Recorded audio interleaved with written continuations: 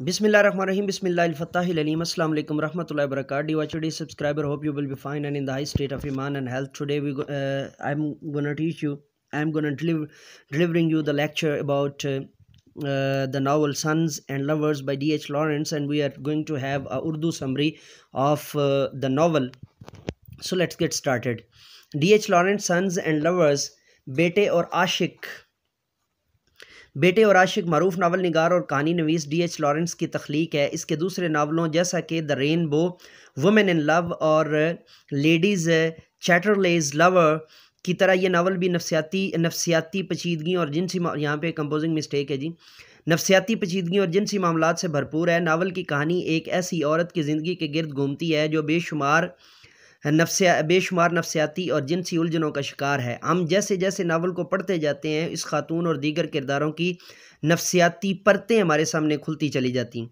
अब हमें नावल का एक बेसिक स्केच तो आइडिया हो गया कि नावल के अंदर जो है वो नफसियाती पेचीदगियाँ हैं, जिनसी मामलात हैं। तो डेफिनेटली जहाँ पर जिनसी मामलात आएंगे तो हम एडिपोरल कॉम्प्लेक्स जो है या एडिपस कॉम्प्लेक्स जो है उससे जो है ना वो हम दूर नहीं हो सकते। एडिपोरल कॉम्प्लेक्स जो है ना यहाँ पे मेजर तौर पे हमें जो है ना वो नज़र आएगा, और चूँकि उसकी बेस जो है वो हमें एडिपस रेक्स के अंदर जो है ना वो मिलती है बाय सोफोक्लीज, तो हम ये कह सकते हैं कि उसकी बेस वहाँ पे है। लेकिन यहाँ पर भी हमें वो जो है ना वो चीज़, चूँकि जिनसी मामलात की जहाँ पर बात आएगी तो वहाँ पर हम इसको जो है ना वो ज़रूर सामने रखेंगे। नावल की कहानी एक ऐसी औरत की ज़िंदगी के गिर्द घूमती है जो बेशुमार नफसियाती और जिनसी उलझनों का शिकार है। हम जैसे जैसे नावल को पढ़ते जाते हैं, उस खातून और दीगर किरदारों की नफसियाती परतें हमारे सामने खुलती चली जाती हैं। कहानी कुछ इस तरह से है कि जेट्रूड कॉपर्ड की शादी जब कानकुन वाल्टर मॉरल से होती है तो उसकी उम्र 23 साल है। अब यहाँ से कहानी को हम जो है ना वो डाइजेस्ट कर रहे हैं, हम कहानी को जानने की कोशिश कर रहे हैं। तो यहाँ पर जो है ना वो मेरे साथ बने रहिएगा। तो उसकी उम्र 23 साल है और उसके खावंद वाल्टर मॉरल जो है की उम्र 27 साल होती है। वाल्टर एक अनपढ़ मगर खूबसूरत और सेहतमंद नौजवान है, जबकि उसकी बीवी पढ़ी लिखी है, खूबसूरत और दानिशवराना मकालमों की शौकीन होती है। दोनों मियाँ बीवी कानकुन की झोंपड़ी में शादीशुदा ज़िंदगी के 6 माह बड़े मज़े और सुकून से गुजारते हैं। उसके बाद मिसेस मोरियल को एहसास होता है कि वो दोनों किसी संजीदा मौजू पर गुफ्तगू नहीं कर सकते। इस पर हकीकत खुलने लगती है, शराब छटने लगते हैं तो उनके ताल्लुकात में कशीदगी पैदा होना शुरू हो जाती है। मोरियल शराब नोशी शुरू कर देता है, वो चिड़चिड़ा हो जाता है। दोनों मियाँ बीवी के दरमियान ज़िंदगी की जंग का आगाज़ हो जाता है। यहाँ पर हम जो है ना वो dear watcher, dear subscriber, dear students, यहाँ तक हमें जो है ना नावल की एक बेसिक जो है ना वो थीम हमें समझ में आ जाती है। हम एडिपोरल कॉम्प्लेक्स को भी जो है ना वो जानने लग जाते हैं, और यहाँ से हमें जो है ना आइडिया होता है कि उसके जिनसी ताल्लुकात जब कशीदा होते हैं तो उससे जो है वो मामला डिस्टर्ब होना जो है ना वो शुरू हो जाते हैं। तो वो चिड़चिड़ा हो जाता है और दोनों मियाँ बीवी के दरमियान ज़िंदगी की जंग का आगाज़ हो जाता है। यानी कि वही जो पहले 6 माह इतनी मोहब्बत और ख़ूबसूरती और इतने वलवले के साथ गुजरने वाली ज़िंदगी थी, वो आहिस्ता आहिस्ता जो है ना वो उलझनों का शिकार होने लग जाती है। मिसेस मॉरल अब अपने बच्चों में पनाह लेना शुरू कर देती है। ये जो है ना वो अंडरलाइन कर लीजिए और ये मोस्ट इम्पॉर्टेंट है। यहाँ से हमें जो है ना वो एडिपोरल कॉम्प्लेक्स जो है ना वो मिलना शुरू हो जाता है। इसका सबसे बड़ा बेटा विलियम है, जिसे उसको अक्सर अपने खावंद के गुस्से से बचाना पड़ता है। अब यहाँ पे ये जो उसकी मोहब्बत है, इसमें ममता भी है, लेकिन कहीं कहीं जो है ना वो इसमें एडिपोरल कॉम्प्लेक्स भी है, जिसको हम आगे जाकर डिटेल में रिवील करेंगे। उसका सबसे बड़ा बेटा विलियम है, जिसे उसको अक्सर अपने खावंद के गुस्से से बचाना पड़ता है। उनके दरमियान मोहब्बत ख़त्म हो चुकी थी और मिसेस मोरियल ने अपने खावंद को उसकी कोताहियों पर चिढ़ाना शुरू कर दिया था। विलियम की पैदाइश उनकी शादी के 2 साल बाद हुई थी। एनी मज़ीद 2 साल बाद पैदा हुई और 5 साल बाद पॉल पैदा हुआ था। ये मैं दोबारा एक दफ़ा आपके सामने जो है ना रख रहा हूँ, इसको ज़रा ज़हन में रखिएगा, और ये आगे चल के हमें बहुत जो है ना वो ज़रूरी इन्फॉर्मेशन देगी। और हम इसको जो है ना वो जब नोट अगर हमें लिखना पड़ जाए तो उसमें भी हम इसकी मदद और इसका फ़ायदा ले सकेंगे। और ये उर्दू में आपको सिर्फ़ और सिर्फ इसलिए बयान किया जा रहा है ताकि आपको ये अंडरस्टैंड हो जाए और आपको ये समझ आ जाए कि इसमें क्या बात जो है ना वो डिटेल में की जा रही। मिसेस मोरियल अपने खावंद को उसकी कोताहियों पर चढ़ाना शुरू कर देता है। विलियम की पैदाइश उनकी शादी के 2 साल बाद हुई थी। एनी मज़ीद 2 साल बाद पैदा हुई और 5 साल बाद पॉल पैदा हुआ। पॉल बड़ा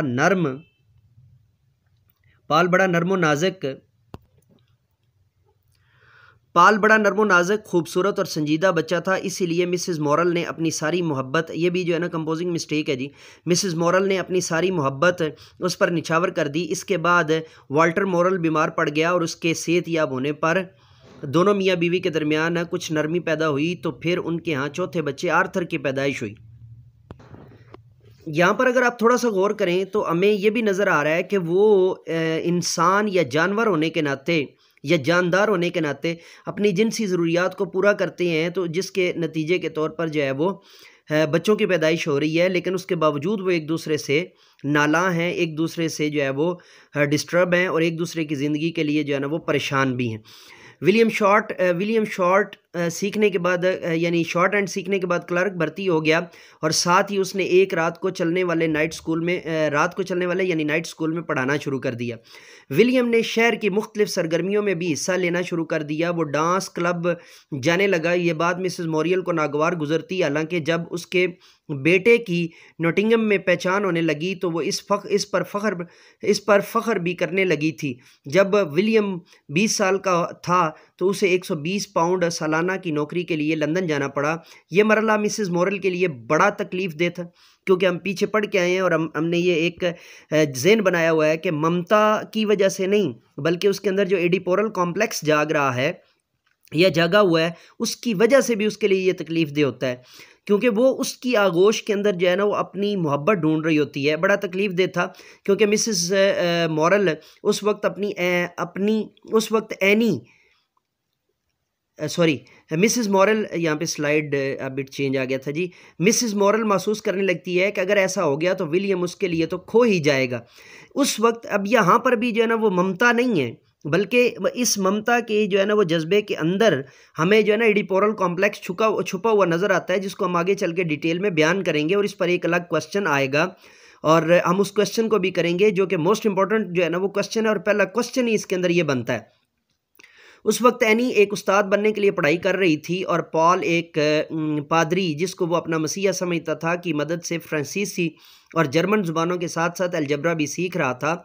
वो बड़ा खामोश तबा और हसास था। अपनी माँ की तरफ तवज्जो देता और बाप की शराब नोशी की आदत से परेशान भी होता। वो अपनी माँ की मुसीबतों का साथी बनते बनते बाप के जुल्म से नफ़रत करने लगा। अब यहाँ पर भी आप गौर करें कि एडिपोरल कॉम्प्लेक्स उसके अंदर भी जो है ना वो जन्म ले रहा है कि एक तरफ वो बतौर मर्दों से नफ़रत भी करने लग गया, लेकिन वो माँ के साथ जो है वो उसमें खुश भी है और उसको जो है ना वो जान नहीं पा रहा। वो अपनी माँ की मुसीबतों का साथी बनते बनते बाप के जुल्म से नफ़रत करने लगा। मोरियल अब अपने ख़ानदान से बिल्कुल कट चुका था। बस कभी कभार किसी खुशी के मौका पर अपने अहले खाना के साथ नज़र आता था। विलियम एक वकील के दफ्तर में अच्छी नौकरी कर रहा था और छुट्टियों में एक मुअज़्ज़ज़ आदमी की तरह अपने घर आया करता था। उसने अपने ख़ानदान को फरामोश तो नहीं किया था, मगर लंदन की ज़िंदगी में उसके पास इतने पैसे बचने ही नहीं देती थी कि वो ज़रूरियात के लिए घर भेज सके। इस मकसद के लिए वो बिल्कुल थोड़ी रकम अपने घर वालों को भेजा करता था। फिर विलियम को लिली वेस्टर्न नामी लड़की से मोहब्बत हो गई, जो बिल्कुल खाली और ज़ेन थी। जब विलियम उसे मिलाने के लिए अपने ख़ानदान वालों के पास बेस्ट वुड में लेकर आया तो उसने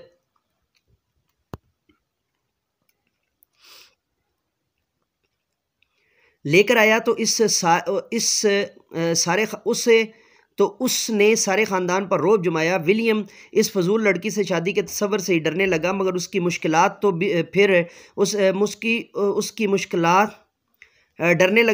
मुश्किलात नमूनिया की वजह से मौत के मुंह में चले जाने से ख़त्म हो गई। मिसेस मॉरल को बेटे की मौत का सदमा हुआ तो फिर उसने अपनी तमाम तर तवज्जो का मरकज़ पॉल को बना लिया। पॉल जब 14 साल का हुआ तो उसने आलाते जराई बनाने वाली फैक्ट्री में मिस्टर जॉर्डन के पास नौकरी शुरू कर दी। पॉल ने अपने ख़ानदानी दोस्त द लेवियर्स कि हाँ उनके बच्चों से मिलने जाना भी शुरू कर दिया, जहाँ उसकी दिलचस्पी मरियम या मरियम, ये जो है ना ओल्ड इंग्लिश के अंदर है, में बढ़ना शुरू होगी। मरियम या मरियम उससे 1 साल छोटी थी। वो एक खूबसूरत शर्मीली लड़की थी जो रोमानवी होने के साथ साथ मजहबी भी थी। पाल बीमार होने की वजह से 10 माह बिल्कुल बेकार बैठा रहा। इस दौरान मरियम के साथ ज़्यादा वक्त गुजरने की वजह से दोनों आपस में मोहब्बत करने लगे। पाल ने उसे रियाजी और फ्रांसीसी यानी फ्रेंच, मैथमेटिक्स और फ्रेंच पढ़ाना शुरू कर दी। मरियम का रुझान है चूँकि ज़्यादा मज़हब की तरफ था, इसलिए वो मोहब्बत को भी रूहानी तनाज़र में देखती थी। यही वजह थी कि पाल उसके साथ अपनी मोहब्बत को जिस्मानी रब तक ना ले जा सका, यानी सेक्सुअल इंटरफेरेंस तक नहीं जा सका। मिसेस मॉरल के दिल में उस लड़की के लिए नापसंदीदगी के जज्बात थे जो उसके बेटे पर मुकम्मल कब्जा जमाना चाहती थी, क्योंकि ये उससे जेलसी फील करने लग गई थी। मिसेस मॉरल की सेहत रोज़ बरोज़ गिरती जा रही थी। वो पाल को मरियम के साथ यानी मरियम के साथ ज़्यादा वक्त गुजरने की वजह से डांटती थी। गो के पाल बारहा अपनी माँ से कह चुका था कि वो उससे मोहब्बत नहीं करता, वो अपनी माँ के लिए ज़िंदगी है और उसकी माँ उसके लिए सबसे आम है। जिबिलिटी तौर पर यानी तो बस उससे बातें करना, ये पाल बारहा अपनी माँ से कह चुका था कि वो उससे मोहब्बत नहीं करता, उसे तो बस उससे बातें करना अच्छा लगता है। जिबिलिटी तौर पर वो जानता था कि वो अपनी माँ के लिए ज़िंदगी है और उसकी माँ उसके लिए सबसे अहम है। जब उसने इस बात को दोहराया कि वो मरियम से मोहब्बत नहीं करता, तो उसकी माँ ने जज्बात में आकर उसके बोसे लेना शुरू कर दिए। यहाँ पर एडिपोरल कॉम्प्लेक्स अपने अरूज पर है जी।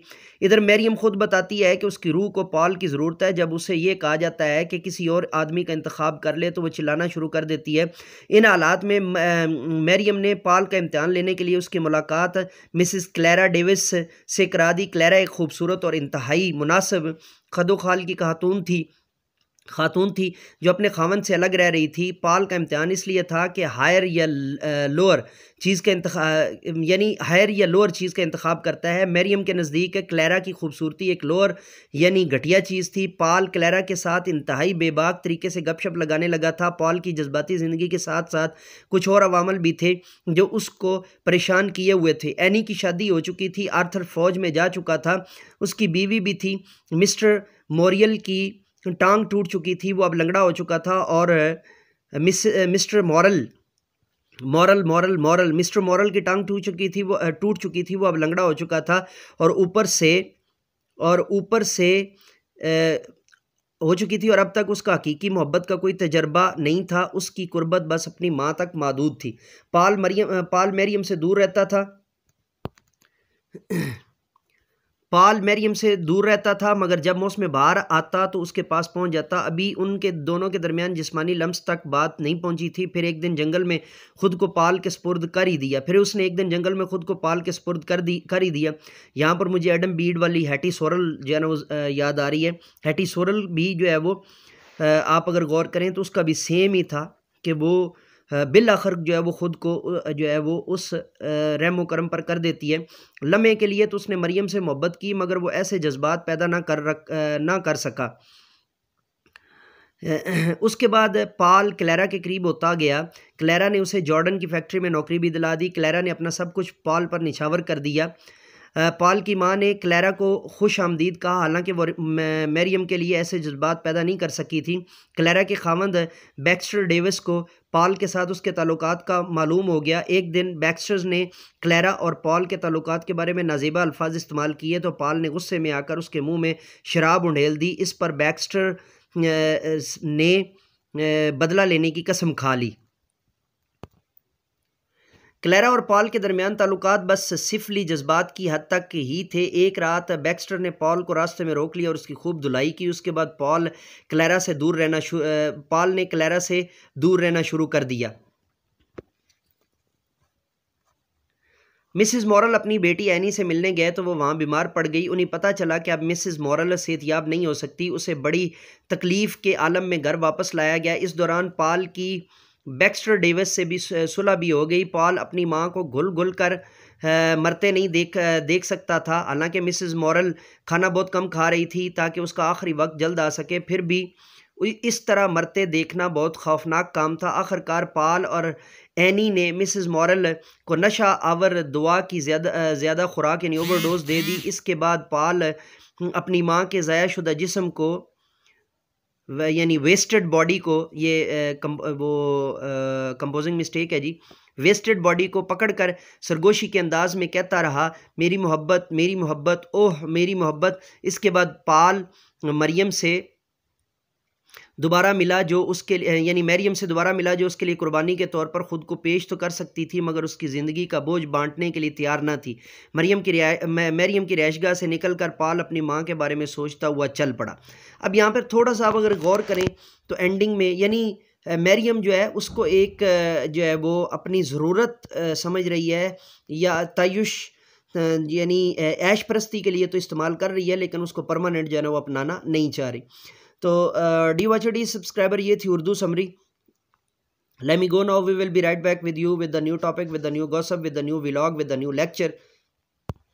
So let me go now and say with me, do something more for humanity, do something more for knowledge and practices. Again requesting you that please subscribe our official channel Professor M. Raza, subscribe our Urdu channel Hope and Cause Info TV, and subscribe our media channel for real change Inqilab TV Mandi Bauddin. Let me go now and say with me, do something more for humanity, do something more for knowledge and practices. Bye bye.